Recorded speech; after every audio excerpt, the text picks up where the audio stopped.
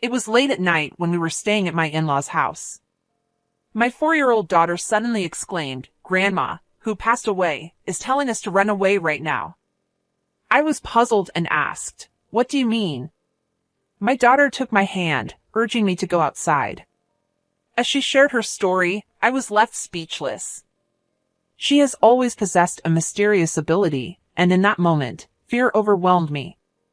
I never imagined that person would be involved in something like this. I've never been more terrified of human beings.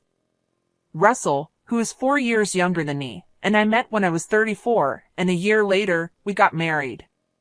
We built a house about a 10-minute drive from his parents' place and started our newlywed life.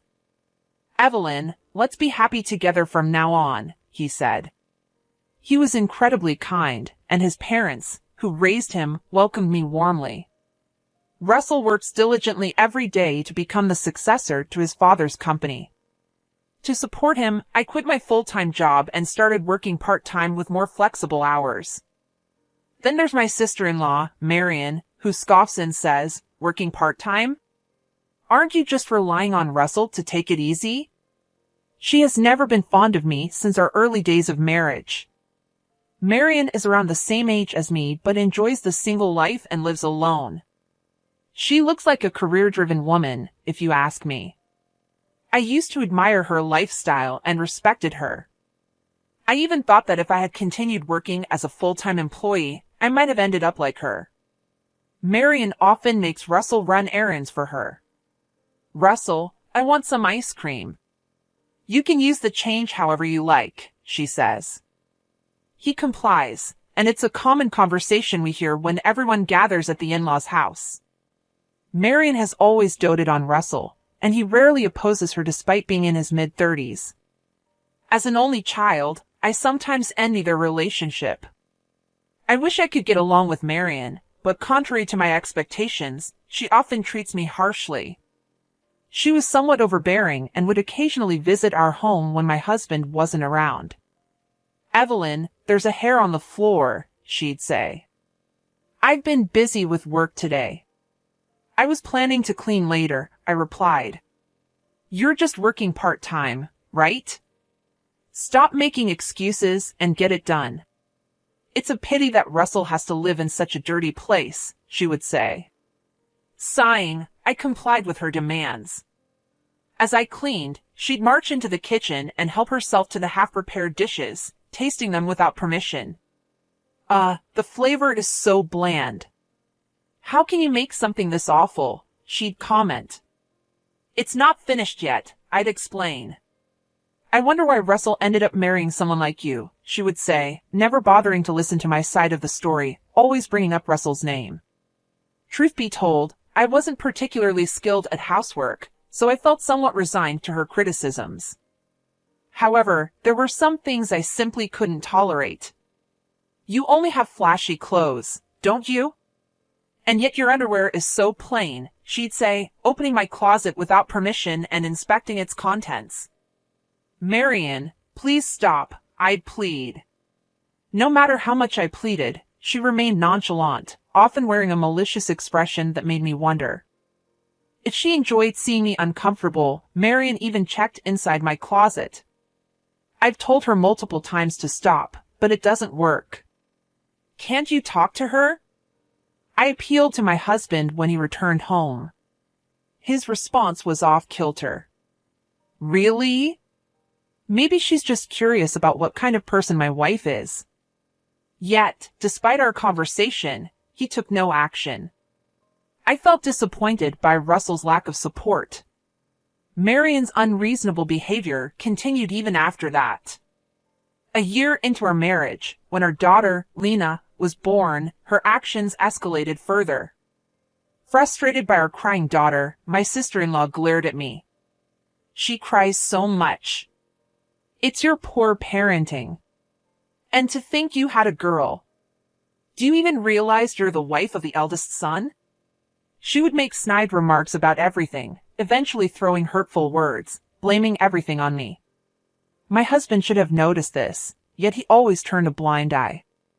"Russell, lately Marion's tone has been harsh, and it's honestly tough," I told him. It's your fault, Evelyn, so there's nothing to be done. Or are you implying that Marion is hysterical? No one said anything like that. He consistently took Marion's side, refusing to engage seriously. As time passed, my dissatisfaction with Russell grew. Is it okay to continue like this forever? Divorce crossed my mind, but having experienced the loneliness of being raised by a single parent after my own parents' separation, I hesitated. I didn't want my daughter to feel the same way. Despite it all, I endured because my in-laws kindly watched over me. However, I suddenly lost that support when my daughter Lena was just 6 months old. My mother-in-law succumbed to illness. The shock of her departure left everyone struggling to cope with their emotions. I'm going to visit Dad because I'm worried about him, Russell said. Understood. Let me know if there's anything I can help with. During this time, my husband frequently visited his father's home, leaving me and my daughter behind. Sometimes, he returned late at night. I asked about the reason. Dad feels lonely being alone. But you see your dad at work too, right? Can't you ask Marion to help with family matters? You're quite heartless. Even though Dad is feeling lonely, you're suggesting I leave him? That's not what I meant. Although I initially expressed my desire for more quality time with our adorable daughter, I realized that parents are important too. I remained silent after that. As time passed, our daughter Lena turned 4. Russell continued his daily visits to his father's house, and his return home was always late at night. I confronted him about his behavior. Russell, you've been busy lately, right? Isn't it difficult for you to keep checking on your dad's well-being? I can go in your place. However, he insisted, don't visit my dad's house. Marion wouldn't like it, and I don't want unnecessary conflicts. His determination to keep me away from the family home raised suspicions. I decided to defy his instructions and visit my father-in-law myself. To my surprise, my father-in-law welcomed me with a smile. I've been taking cooking classes and enjoying it, he said happily. His demeanor was completely different from what Russell had described. And then, my father-in-law accidentally let slip a revealing statement that left me astonished. After a few weeks since that incident, one day my husband suddenly said, "Why don't we all gather at my dad's house and have a meal?" I hesitated, thinking, but Marion wouldn't like it if I visited your dad. His unexpected suggestion made me suspicious. He continued, "It's fine. Marion invited us today. So, are you coming? Hurry up and get ready." Russell seemed unusually flustered. Despite the difference from our usual routine, I agreed to my husband's invitation, and the 3 of us, my daughter, him, and I, headed to his dad's home. Upon arriving at my in-laws' house, a delightful aroma greeted me at the entrance. My sister-in-law Marion welcomed me with a smile. "Evelyn, welcome. I've been preparing dinner while waiting for you." She ushered me inside, handing treats and toys to my daughter, Lena. Although I had braced myself for her usual snide remarks, Marion's kindness caught me off guard this time. Still, I remained cautious. I shouldn't let my guard down. Maybe she'll play some culinary tricks to spite me. But my suspicions were unfounded. Russell told me about your favorite dishes. "I hope they suit your taste," Marion said. As I surveyed the table, I found an array of my favorite foods. Grateful, I replied, "Thank you." Yet, lingering disbelief colored my emotions. Marion added playfully, "Don't worry, there's no poison or anything." "I never thought otherwise," I responded. Then, unexpectedly, Marion apologized. "Evelyn, I've been mean to you all this time. I don't expect forgiveness, but I hope we can get along from now on." Despite my reservations, I decided against further animosity. I smiled back at Marion, willing to make an effort to bridge the gap. "Great. Since we're the same age, let's chat about various things." "Oh, How about staying overnight today? But I haven't prepared anything, I replied. You can use my cosmetics, right? Let's do that. Russell, it's fine, isn't it? Caught up in Marion's pace, I had no chance to refuse. I guess this is an important step toward getting along. With that thought, I decided to accept her invitation. Marion was a great conversationalist, and before I knew it, I was genuinely enjoying our time together. The hours flew by, and the three of us, our family, ended up sleeping in the room with my late mother-in-law's memorial portrait. I must have misunderstood Marion. From now on, I'll try to be more understanding. That's great. I'm happy that you two are getting along, Russell said. As our daughter slept soundly between us, I drifted off into a dream. However, it was in the middle of the night when Lena suddenly shouted loudly, "Mom, we need to escape right now. Grandma who passed away said so." Startled by her voice, I sat up. What? What's going on? Despite my grogginess, I sought confirmation from my daughter. Since my mother-in-law had passed away when Lena was around 6 months old, she shouldn't remember anything. I wondered if Lena was still half asleep, but her eyes were wide open, and she wore an anxious expression. If we stay like this, we'll be killed, Lena tugged at my hand, urging me to leave the room. As I glanced to tell my husband about the situation, I felt a growing sense of dread. He wasn't there. He should have been asleep. Where could he have gone at a time like this? But I couldn't dwell on that now. I chose to trust Lena's words and escape. Actually, my daughter possessed a mysterious power. When my friends were all pregnant, one after another, she accurately predicted the gender of each baby in their bellies. She also warned me when Russell was about to get injured. Russell did indeed hurt himself by slipping on the stairs, but luckily it was just a minor sprain. However, since that incident, both Russell and Marion started avoiding Lena, saying she's creepy. It's natural for some people to feel that way, so we decided to keep this power a secret between Lena and me. Grandpa needs to escape with us too. Lena stopped in front of her grandfather's room, entered, and gently shook him awake. Grandpa, wake up quickly. We'll explain later, but please come with us and escape. Startled by our urgent voices, my father-in-law jumped up, though he seemed puzzled by the situation. Despite his initial hesitation, he eventually agreed to go outside after hearing Lena say, "Grandma told us to." When we reached the entrance, I noticed that my husband and sister-in-law's shoes were strangely missing. Furthermore, there were no cars in the parking lot, neither of theirs. Could it be that what Lena said is related to both of them? We decided to walk back to my house, but while it would take only 10 minutes by car, on foot, even for adults, it would be over an hour. I called my mother and asked her to pick us up. As we arrived in front of my house in my mother's car, I noticed that the lights were on inside, and to my surprise, Russell and Marion's car was parked there too. Mom, I hate to ask, but can we stay at your home tonight? I had an uneasy feeling, and entering the house as it was might be dangerous. And so we sought refuge at my mom's house that night. My mind and eyes remained wide awake, and I couldn't sleep. As the morning dawned, I couldn't shake off the meaning behind my daughter's words. So I borrowed my mother's car and went alone to my in-laws' house.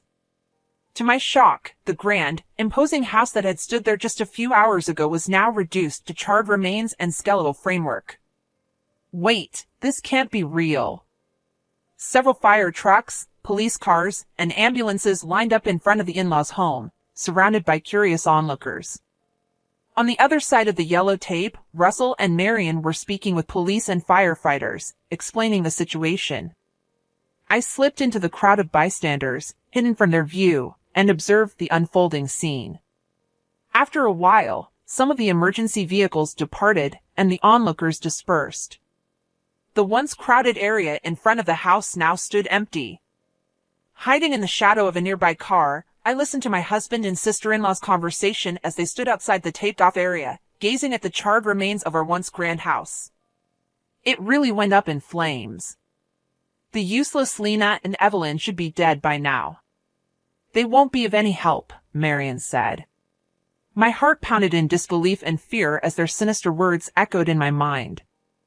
If they survive this, it's a miracle. Once things settle down, I'll remarry my affair partner and make her child the legitimate heir to this house. Russell's horrifying words echoed in my ears, leaving my legs trembling so much that standing became a challenge. Since Dad probably kicked the bucket too, the inheritance is ours, and the company will be mine soon. Russell and Marion exchanged laughter as they discussed their sinister plans. What terrible people. I can't forgive them.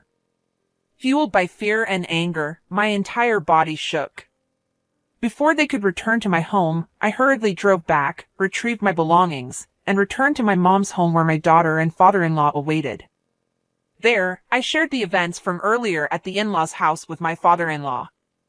There's something you need to know, I began. Oh my, how could this happen? I absolutely cannot forgive it, he replied, his face twisted with shock and rage. Together, we decided on revenge against my husband and sister-in-law. That evening, I left Lena with my mother and stood outside my home's front door with my father-in-law. I reached for the intercom but then hesitated. This was my own house. There was no need for that. Instead, I decided to open the front door myself. As I fumbled with the lock, I heard a rattling sound and saw Russell cautiously peeking out from inside. What? His face turned pale, and he retreated back into the room. Soon after, he returned with Marion in tow.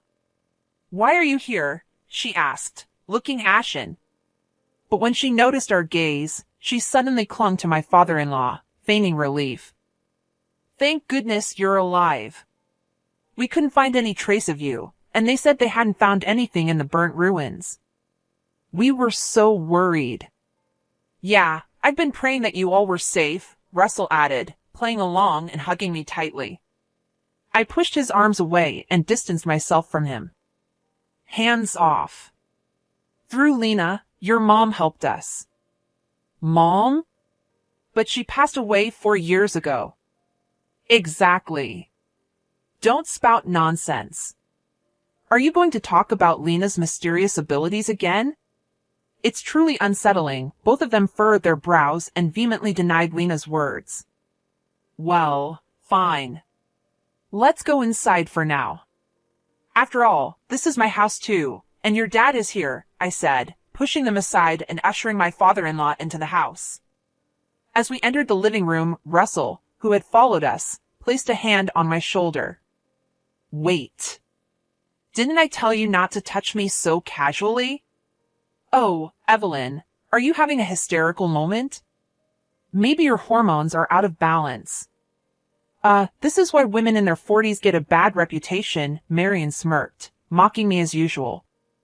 Gone was the meek demeanor from the previous day's apology. Her true nature, overflowing with malice, revealed itself even in the presence of my father-in-law. That's enough to make anyone angry. This fire incident was orchestrated by you two siblings, isn't it? I stared at my husband and sister-in-law, hitting the nail on the head. Wait, there's no evidence to say something like that. It's impossible, they protested. Russell's anxious denial contrasted with Marion's composed, almost nonchalant demeanor. Evelyn, really? Suspecting your own family? Something must be wrong with you. Being raised by a single parent, you lack that kind of affection, Marion said dismissively. But I'm saying this because there's evidence. I overheard you both talking about the burnt house early in the morning, I replied, glancing back and forth between the two of them. Eavesdropping much? And besides, hearing a story from such a chaotic place has no credibility, Marion retorted. Yeah, what Marion said. The police won't buy into vague stories like that, Russell added, hiding behind his sister. This dynamic must have been consistent for a long time. Is this your voice? I pulled up my smartphone from my pocket and played the recorded audio. It captured the conversation between the two of them from that morning. Why are you doing this? Russell asked, panic evident in his voice. When Lena woke me up in the middle of the night and neither you nor Marion were there, I became suspicious. I wasn't sure if I could record it properly, but I had it running. Though there was some distance, it was clear enough that the voices belonged to you too. Confronted with the audio evidence, Russell and Marion fell silent. I'll submit this to the police. Surely they'll believe it. Wait a minute. You all escaped unharmed, so there's no issue, Russell stammered. What are you saying? You put us in a life-threatening situation, and your dad's home ended up like that. This is a crime. Do you understand? Growing more agitated, I confronted my husband's absurd statements. Marion, this applies to you too. You must pay for this wrongdoing. Don't get cocky, you wretched woman, she snapped, launching an attack, her hostility toward me evident. But I couldn't waste time arguing with her. Here we go, I said, taking a deep breath and locking eyes with the two of them once more. By the way, what do you mean by waiting for the heat to die down and then remarrying your affair partner, legitimizing a hidden child? Russell seemed caught off guard by the direct questioning and stumbled over his words, eventually falling silent. You thought you could just stay quiet when it became inconvenient, but there's evidence. This woman, right? I confronted them, brandishing a photo I'd pulled from my bag. Wait. Why did you investigate this so thoroughly? Marion asked, glaring at me without offering any assistance. Marion, what do we do? We're caught, Russell turned to his sister, seeking help in his panic. But Marion merely glared at me, her lack of support draining Russell's resolve and leaving him deflated. Actually, I had suspected my husband's infidelity for some time and gradually conducted my own investigation. On that morning, I hurriedly retrieved the evidence I had collected. How long have you known? Russell asked, defeated. Well, it started when you said you were checking on your dad and your returns home became consistently late. From that long ago. But I became certain when your dad told me something. Russell had warned me not to show up at his dad's house, but I defied that order. One day, my father-in-law had shared something with me, a statement that only you would visit. For me, who thought Russell was merely making frequent visits to his dad's house, this was a revelation. It was shocking. Although the photo includes Marion, it seems your affair has her approval, Russell.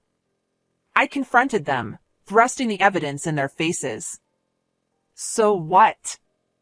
Isn't it your fault for being cheated on? You lack any charm, Marion sneered, clearly aware of the situation as well. Among the evidence I had gathered were photos showing the gradual growth of the affair partner's pregnant belly and, most recently, images of Russell and the affair partner strolling with their baby. Evelyn, it's not what you think. There's a valid reason. My husband suddenly changed his tone, attempting to justify himself.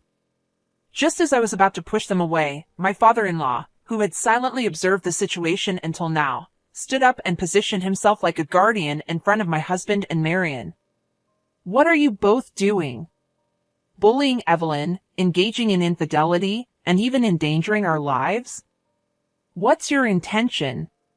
His furious tone left my husband and sister-in-law speechless. Dad, listen to me. It's all Marion's fault. She introduced me to that woman in the photo just because she didn't like Evelyn. You were always complaining about your wife too, so I mediated between you and that woman, Marion retorted. Nobody asked you to do that. Besides, it was you who said our daughter Lena couldn't be the heir because she's a girl, I interjected. But that's true, Dad. You agree with me, right? And don't worry, the child in the photo with that woman is a boy. Our lineage is secure, Russell added. Russell and Marion argued, debating who was at fault. Through their exchange, the reason for my sister-in-law's animosity toward me became clear. She, who is the same age as me, couldn't understand why I was happily married with children while she faced a string of rejections and remained single. Her envy of my apparent happiness fueled the years of mistreatment I endured. Desperate to break up my marriage, Marion used her compliant brother to impregnate her affair partner with a baby boy. This is outrageous. It's beyond cruel, I thought, my anger welling up again, my clenched fist trembling uncontrollably. Enough of this, my father-in-law shouted, and both of them fell silent, their demeanor resembling that of chastised children shrinking before an angry dad. Evelyn, I truly apologize. I've raised such foolish individuals, and I bear responsibility, my father-in-law apologized repeatedly. I offered him my best smile. Without hesitation, I turned to Russell and fixed him with a stern gaze. We need a divorce, I declared, handing him the divorce papers with my section already filled out. This saves us the trouble of negotiating.